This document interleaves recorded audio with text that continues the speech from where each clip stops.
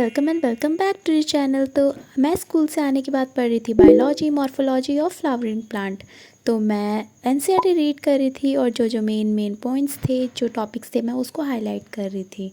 Morphology of flowering plant एक easy chapter है, तो मैंने सोचा कि मैं ये भी एक बार पढ़ लेती हूँ, क्योंकि मैं अभी सारे इजी चैप्टर्स जो भी हैं उसको पढ़ रही हूँ। उसके बाद जो हार्ड चैप्टर्स हैं मैं उसके तरफ आऊँगी। तो पूरा 2 घंटा लगातार पढ़ने के बाद मैंने पूरा अपना एनसीईआरटी अच्छे से पढ़ लिया था, और जो मेन पॉइंट्स थे, जो मेन पिक्चर्स थे, मैंने उसको अच्छे से देख लिया था, क्योंकि इसमें पिक्चर्स बहुत इंपॉर्टेंट है।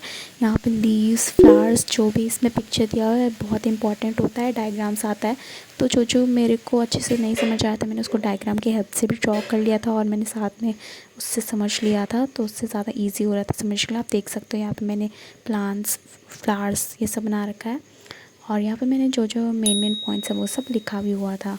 और आफ्टर दैट मैं लेक्चर अटेंड कर रही थी इसी चैप्टर का, मॉर्फोलॉजी ऑफ फ्लावरिंग प्लांट की मैं अच्छे से समझ जाऊँगी। लेक्चर अटेंड कर लिया था। After that I was studying chemistry का मैं कर रही थी चैप्टर 1 का न्यूमेरिकल सॉल्व। यहाँ पे मैं मूल कॉन्सेप्ट, मॉलिक्यूल फार्मूला सब पढ़ रही थी। केमिस्ट्री पढ़ने के बाद मैंने छोटा सा ब्रेक ले लिया था और मैं देख रही थी शॉर्ट्स।